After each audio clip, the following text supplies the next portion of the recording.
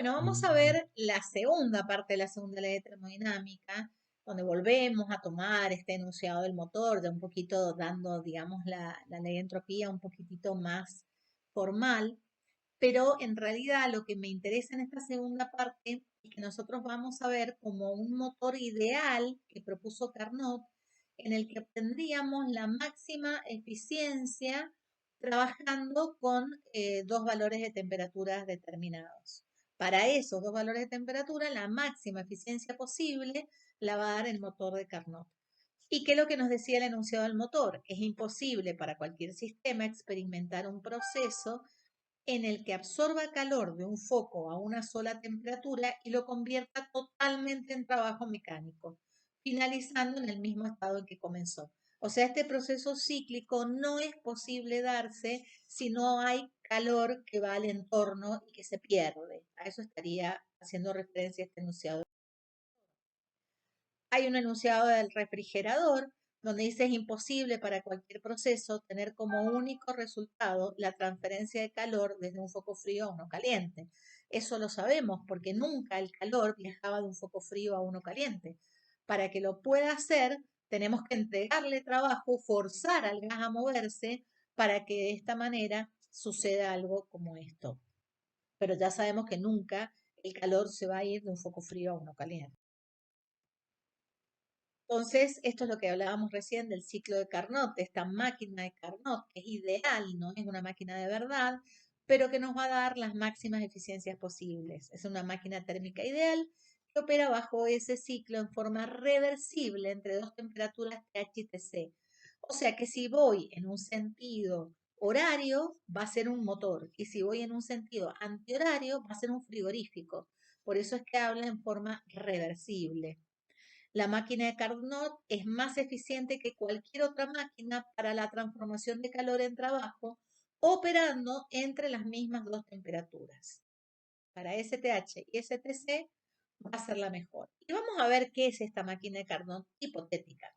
Fíjense, yo tengo un foco caliente, o sea, algo caliente, no sé, normal, algo caliente que me va a entregar una temperatura caliente, 1000 °C, no sé, una temperatura caliente. Después tengo una base, todas estas son bases donde voy a poner los cilindros. Hay una base que es una envoltura aislante. Es decir, que en esta base no hay intercambio de calor. En la primera base es un foco caliente que le va a entregar calor al cilindro. La segunda base no le va a entregar calor ni va a recibir calor, es aislante. Es decir, es adiabática. La tercera base propongo un foco frío donde se le va a permitir al cilindro que entregue calor al entorno, este T sub C. Y todo esto vamos a tratar de trabajar con este cilindro, está cortado, fíjense, el émbolo arriba tiene como si fuera tierrita, en realidad yo lo que he simbolizado de esta manera es cómo puedo hacer bajar a subir el émbolo. Si yo le agrego más tierra, va a bajar, pues estoy haciendo presión, y si le quito tierra, voy a permitir que el émbolo suba libremente. Es una manera de hacer un esquema, ya les dije, esta máquina que es hipotética y está cortada para que veamos el interior. Esos circulitos chiquititos simbolizarían el gas y las paredes que son adiabáticas. Bien, está un poquito corrido, me quedó un poquito corrido, pero esta estaría la posición en la cual nosotros, la primera, perdón, en la cual va a recibir calor, que va a ser, va a ir desde A hacia B. Va a recibir calor en un proceso que va a ser isotérmico. La temperatura va a ser constante, esa pH va a ser constante. Después me voy a ir a esta envoltura aislante, o sea que el proceso BC va a ser adiabático, no va a haber intercambio de calor. Y finalmente paso al tercer proceso que va a ser el CD, ¿no es cierto? Donde puedo largar calor al foco frío y va a ser un proceso isotérmico. ¿Ven? Larga el calor Q sub C. Y finalmente, en un proceso adiabático, vuelvo al punto A. Fíjense, un proceso cíclico, salgo de A y vuelvo a A. lo he hecho en sentido horario y esto va a ser un motor. Y está compuesto por dos procesos adiabáticos y dos procesos isotérmicos. Fíjense, en los anteriores, en los motores anteriores, no había ningún proceso isotérmico. En el Otto teníamos dos isobáricos abajo y después teníamos dos adiabáticos y dos isocóricos. En el diésel teníamos los dos isobáricos y después teníamos dos adiabáticos, un isobárico arriba y un isocórico que era el escape. Pero en ningún momento teníamos isotérmicos. Esta máquina ideal que idea Carnot, en forma hipotética, va a tener dos isotermas y dos adiabáticas. Bueno, ¿qué es lo que sucede? En el primer análisis, que es cuando recibe calor, es una expansión isotérmica, expansión porque aumenta el volumen ya que recibió calor, ¿sí? Y nosotros estábamos en una presión A, volumen A, temperatura caliente, y va a pasar a una PB, una presión B, volumen B, y la misma temperatura porque es isotérmica. ¿Ven? El estado de equilibrio inicial es A, representado por PA, BA y TH, y ya que recibe calor en una isoterma, va a ir, ven que TH es constante, a un estado B, donde vamos a tener, como dijimos, PB, D sub B y TH. Esta sería la primera parte. Durante el proceso, el gas absorbe calor por conducción desde la base. La expansión es isotérmica, temperatura constante, y el gas trabaja elevando el pistón, aumentando el volumen. Fíjese cómo el volumen pasa de A a B, a volumen A a volumen B. El volumen B es mayor que el volumen A. ¿Sí? Bien, acá delta U, la variación de energía interna, sería el calor desde A hasta B menos el trabajo desde A hasta B. Como la variación de energía interna es cero, ¿por qué es cero? Pensémoslo. Porque la temperatura es constante, la variación de energía interna de un gas de un gas ideal dependía solo de la temperatura. Por lo tanto, si la temperatura es constante, la energía interna es constante y su variación será cero. Por eso es que el calor que le entrega ese Q sub H, ese Q calor desde A hasta B, va a ser igual al trabajo desde A hasta B. Pero el trabajo de una isoterma era la presión en A por volumen A igual a nRT.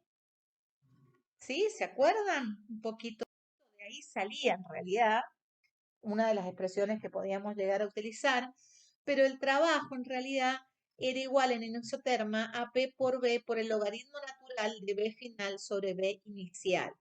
No está puesto ahí, pero lo podemos utilizar. Ahora vamos en la base adiabática. Ahora no hay calor puesto en juego. ¿Sí? Desde el estado B hasta el estado C va a llegar a un estado donde va a tener una presión C, un volumen C y una temperatura C. Acá entonces sí hay cambio de temperatura, pero no hay intercambio de calor. Las fórmulas van a ser las fórmulas vistas para un proceso adiabático, donde habíamos visto los calores específicos, se acuerdan, especiales a volumen constante y presión constante, y donde el cociente nos daba la ecuación, la constante de Poisson, que tenía un valor 1,4 cuando el gas era monoatómico, 1,6 cuando era biatómico. Entonces, aplicando, podría llegar a aplicar las ecuaciones de Poisson para ver, para llegar a saber cuál va a ser la temperatura o el volumen o la presión que voy a obtener en el punto C. Depende de los datos que tenga. El gas efectúa un trabajo elevando el émbolo y su temperatura disminuye hasta T sub C. Y ahí tendrían la expresión de la variación de energía interna entre B y C. Calor no hay, por lo tanto Q menos trabajo, Q no va, me queda menos el trabajo. Y directamente utilizo la expresión general de la variación de energía interna que habíamos visto, que era N por el calor específico molar a volumen constante, por la temperatura final, que en este caso es T sub C, menos la inicial, que es T sub B.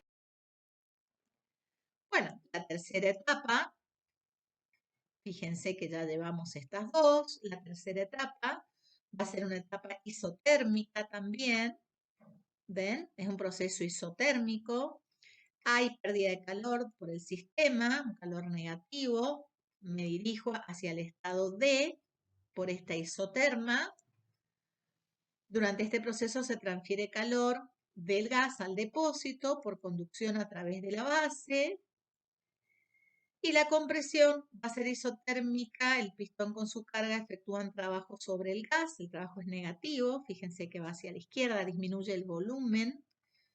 Y tendríamos la expresión de los gases ideales, la variación de energía interna es 0, y me va a quedar que el calor CD va a ser igual al trabajo CD directamente. Y acordémonos que este trabajo va a ser igual a presión C por volumen C por el logaritmo natural de B sub C sobre de B sub D sobre B sub C. Por ejemplo, esta es la fórmula del trabajo de un proceso isotérmico. Ciclo de Carnot. Seguimos en la cuarta etapa. La cuarta etapa va a ser adiabática, ¿sí? Y vamos a volver al punto A. Y por supuesto vamos a volver a utilizar todas las fórmulas de las expresiones adiabáticas, pero desde D hasta A. En las de recién, en las que eran isotérmicas, podemos utilizar también las leyes de gases de la isoterma. Es decir, hacer P por B es igual a P' por B'. También lo podríamos haber usado en ese proceso isotérmico. Yo acá no escribí todas las fórmulas, pero todo lo que hemos visto antes es aplicable a esto. La variación de energía interna entre D y A, como no hay calor, me va a quedar menos el trabajo y me queda la expresión general de la variación de energía interna entre TH y TC. ¿Ven? Porque en el D tengo TC y en el A tengo TH. Y es final menos inicial. Bueno, acá hay una particularidad que se lo demuestra Carnot, nosotros no lo vamos a demostrar, pero sí vamos a saber que solo en Carnot, solamente en el ciclo Carnot, se cumple que el cociente entre el calor del foco caliente y el calor del foco frío es igual al cociente entre la temperatura del foco caliente y la temperatura del foco frío. ¿En qué sistema? ¿En qué escala? En la escala Kelvin. Por favor, recuérdenlo, porque si lo hacen en otra escala, esto no se cumple y está mal. Esto es una escala absoluta. Tiene que ser las temperaturas dadas en Kelvin. Recuérdenlo siempre. Entonces habíamos dicho que la eficiencia de un motor, cuando trabaja como motor, era lo que yo le daba abajo y lo que recibía arriba, es decir, el trabajo sobre Q sub H. El trabajo lo podíamos poner como QH menos QC dividido QH, las tres expresiones, pero ahora también se me agrega que esa QC sobre QH la puedo poner como TC sobre TH. Entonces es muy interesante porque estas temperaturas son fáciles de averiguar, las temperaturas de trabajo del foco caliente y del foco frío, y de esta manera es muy fácil poder calcular cuál es la eficiencia máxima teórica de este motor que trabaja entre estas dos temperaturas. Todo el resto de los motores, Otto, diésel, van a tener una eficiencia menor. Eso es lo que nos está diciendo Carnot. Recuérdense, motor de Carnot es el más eficiente que existe. Que no existe en realidad, que es teórico, pero es el más eficiente que tenemos. Para el frigorífico, invertíamos el ciclo simplemente y el rendimiento abajo era lo que le dábamos y arriba lo que yo necesitaba obtener. Abajo va a ir el trabajo, arriba el calor que le saco a los alimentos al foco frío. Por lo tanto, el rendimiento es Q sub C sobre Q sub H menos Q sub C. Lo trabaja matemáticamente simplemente para llegar a la fórmula general dada en función de las temperaturas. Fíjense que es la misma que teníamos arriba, acá arriba, pero en lugar de Q sub C, QH y QC, pongo TC, TH y TC. Entonces, conociendo las temperaturas, puedo conocer el rendimiento. Son diferentes las fórmulas de rendimiento del frigorífico que la eficiencia del motor. Pero, por supuesto, esta va a ser el máximo rendimiento teórico que va a tener un frigorífico trabajando entre las dos temperaturas dadas.